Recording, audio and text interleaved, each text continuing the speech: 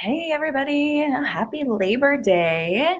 Happy Monday. Does not feel like a Monday over here. Welcome to my living room. I've worked the last 3 nights and my back is killing me if I sit down, so we're standing today. If you're here, say hi. I love it when you guys say hi. If you traveled for the holiday, let me know. I am doing a lovely staycation since I worked over the weekend. Um, yeah, so say hi. So today I wanted to come on and talk to you guys about why people feel um, drained is that's the word that's coming to mind for it. Really low energy, why they feel like they are just running that continuous cycle of like they feel good and ready to go, and then it's just like they do something and they fall off and all they want to do is sleep the rest of the day. And this is one of the things that we cover hardcore in my Happy and Healthy program, my new 12-week program. So we're going to touch base just today, a little brief overview of why you feel drained. And then I'll be getting into more specifics throughout the upcoming days. So let's talk about why you feel drained. I have people ask me this all the time. I had somebody ask me the other day, how are you 7 months pregnant and still working night shift? Like that just seems ridiculous. Yeah, because I have boundaries in place for myself so that I actually have energy to wake up and go to work. They ask me how I do all the things that I do, even before I was pregnant. Like, how do I get so much stuff done? It's because I know what drains my energy. I know what depletes me. I know what lifts me back up. So let's look at why you might feel drained and why, you might be, I guess, just feeling kind of bleh. So one of the things, most common things is usually, what are you eating? Let's look at what you're eating. Are you somebody who skips breakfast entirely? There's a lot of people who do that. They say they don't have time. They don't know what to eat for them to make themselves feel good. So they completely skip breakfast. But when you're skipping breakfast, you are not giving your body because your body needs blood sugar to operate. People say, oh, carbs are bad, sugars are bad. To an extent, sometimes they are, sometimes they aren't. Everything is good for you in moderation is the way I like to think about it. Your body has to have certain carbohydrates and sugars to actually function and operate. So if you are waking up any time of the day, doesn't matter if you're like me and you work nights, if you're like a 9 to 5er, it doesn't matter. If you are skipping breakfast, then you are not giving your body something that it actually needs to function at a normal level. We're not even the strap hanging out. Ah, welcome to me waking up. That's annoying. Anyways, if you're someone who skips breakfast constantly, then obviously you're going to feel tired. You're not giving your body what it needs. And then when you do start to feel tired or like you're starting to feel like you're running on empty, then what are you eating in those moments? Are you going for something that's really carb loaded? And when I say carbs, there are so many different kinds of carbs. It's like, is it something that's a simple carb? Are you like grabbing like a freaking muffin or like a candy bar or something like that that's really simple, refined, processed sugars? Like, what are you putting into your body trying to get your energy up, trying to bring your sugars up? Because that's why you're feeling drained. Your blood sugar is getting low, and then you're trying to put something in your body to lift it back up, but it's not the right thing for you. So are you skipping breakfast? Are you skipping other meals throughout the day? And then when you do decide to eat something, what are you putting in your body? Because if you're putting in junk food and all kinds of crap that makes you feel bad, then of course you're going to feel bad. Of course, that makes sense. And then not only that, it's going to, depending on what you're eating, if it is, let's just use a candy bar, for example. It's simple. If you're somebody who grabs a candy bar or a muffin and maybe with a coffee, then what's it doing? Your blood sugar is going to spike really high, so you're going to feel good for a little while, and then you're going to come crashing down later. And then it's like this vicious freaking cycle because your sugar is going up, you feel good, and then it's got to come right back down because your body's releasing way too much insulin because it's used to that. It's used to you doing that sort of thing. And then what do you need to bring your sugar back up? You need something else, you know, that's like a simple carb or something else that's really sugary. So that's how that cycle works. You know, you put something in and then your body does its job too well because that's what it's been trained to do. And then you come down off your sugar high, and then you put something else back in because you've crashed now, and then you just keep going up and down, up and down, up and down. You feel like shit. You get moody and bitchy and irritable, and then all the people around you are like, why are you such a freaking demon right now? And that's what happens. So if you can relate to that, let me know if that's you, because I have totally been there. Yeah, so those are some of the key reasons why. So, you know, part of my job as a coach is what I do is like, we look at those things, like what are you doing for you specifically that's causing you to feel, you know, this way? Like how are you currently feeling? How are you wanting to feel? Why are you feeling the way that you're feeling? And let's do something to change that. Okay. Let's see, I'm just looking at my notes here. Another reason why you might feel drained, you hit snooze. Marky, if you're watching this, my husband is a great example of somebody who hit snooze. And I learned this from the wonderful Mel Robbins, and I have been trying this myself.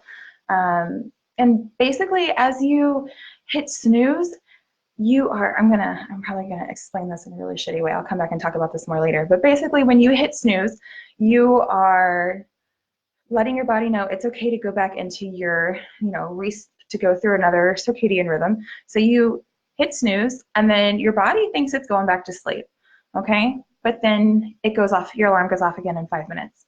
And then you feel even more tired, more sluggish. You're like, oh my God, I just don't want to get up right now. So what do? You hit snooze again. And then it starts all over. You know, your body thinks it needs to start going back into those deeper sleep cycles, and then you're constantly doing this. And then you wake up and you're like 30 minutes late because you've hit snooze like 4 or 5 times, 6 times, you know? And that's just another vicious cycle. And when you constantly are doing that, you are setting yourself up to basically feel tired and miserable the rest of the day. So if you think about it, if you're one of those people who hit snooze all the time, on the days that if you do that the majority of the week, on the days where you do that, just ask yourself, like, how do I feel the rest of the day? Do I feel like crap? Do I feel like I could just sleep all day? Because you probably do, I'm guessing. It is like backed in so much science. Like if you're hitting the snooze button constantly, then you're resetting your body every time. It's like every time you hit the snooze button, you are adding another sleep cycle to the rest of your day before you are actually woke up. And then you feel like, you know, you might not wake up and be actually alert and feel good and energized until, you know, early afternoon. But then you have the afternoon slump, which comes in, which is usually like 3 to 5 p.m. And that's because your body is trying to get itself to go back to sleep. It's time for your body to start priming itself for what it naturally wants to do, because that's what your body's there to do. It's releasing different hormones, and basically you go through the day and your body thinks it needs to sleep. You finally wake up, and then your body hits that other part of its sleep cycle and thinks, oh, now I'm about to go to sleep in a few hours. I need to start prepping for that. So then it starts releasing all the other hormones and everything else that tells your body, hey, you need to go to sleep in a little bit. So you're tired, drained most of the day, and then you finally wake up, and then you start going down to tired and drained again. And then you wonder why this constantly repeats all the time. Does that make sense? I hope that makes sense. We talked about breakfast. What else? We talked about the energy drain in the afternoon. You might be dehydrated. This is another easy one, or simple one. Sorry, simple is not always easy. Most people don't like water. It's first what I am finding. Most people do not like to drink water.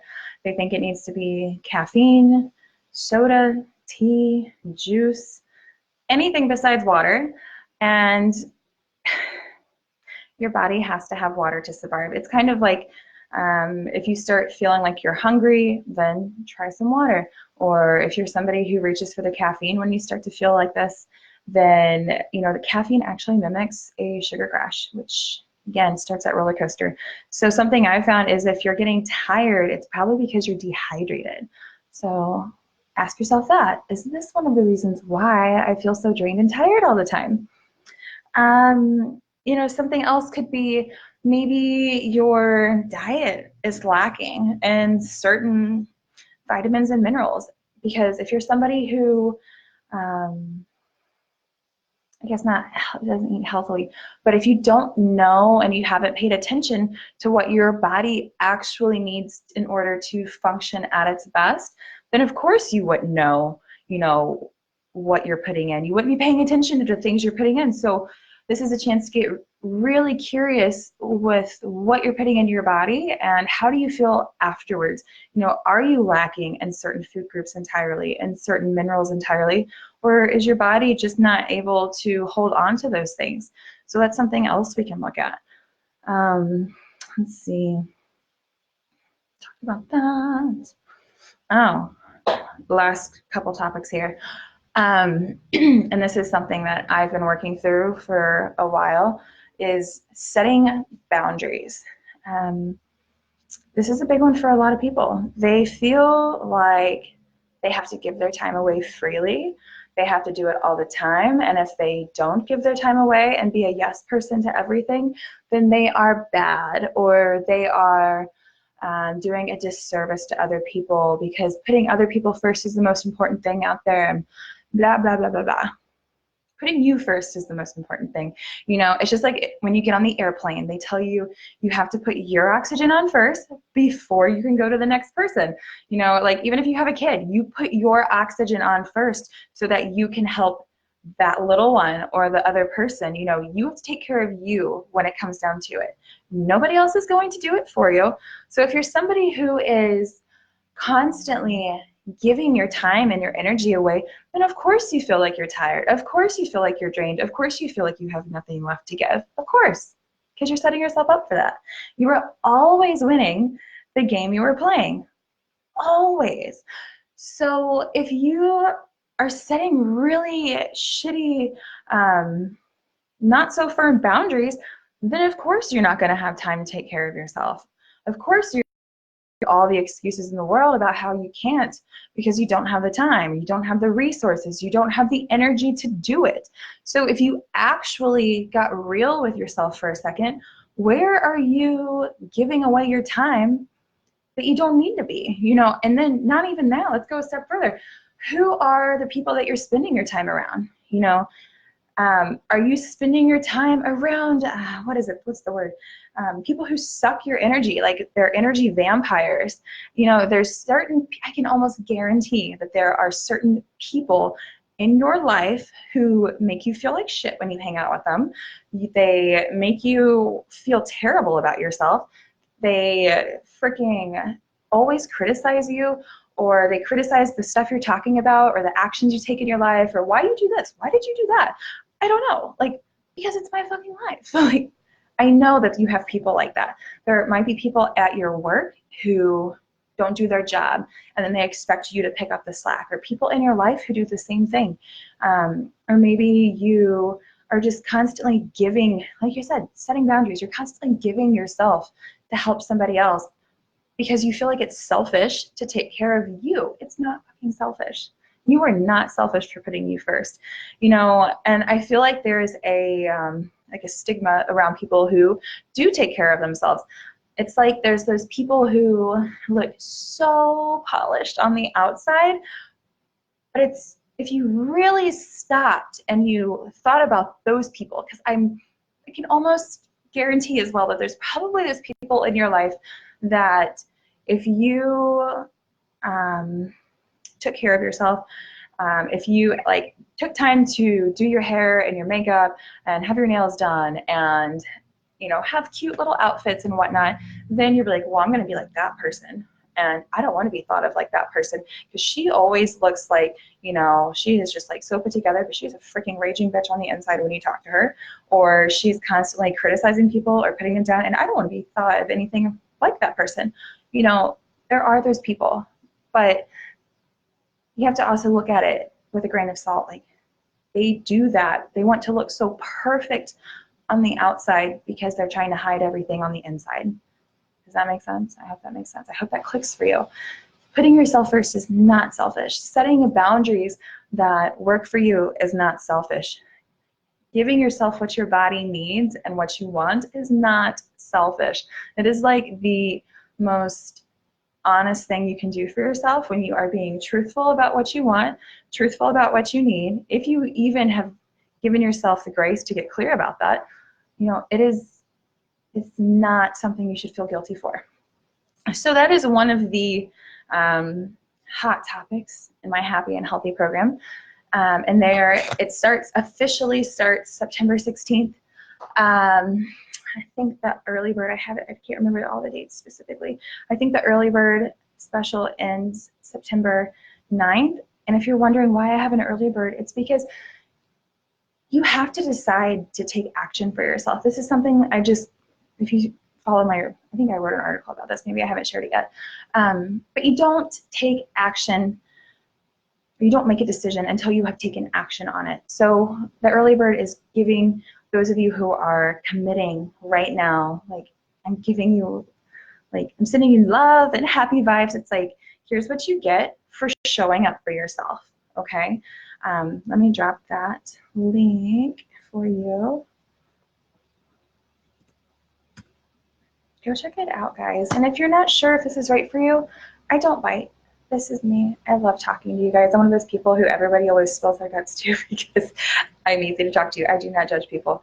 So if you're not sure if this is for you, or you think it might be, but you want to get a little more clarity around it, then I invite you to have a conversation with me. I would love to see if this is for you. And if it's not, that's cool too.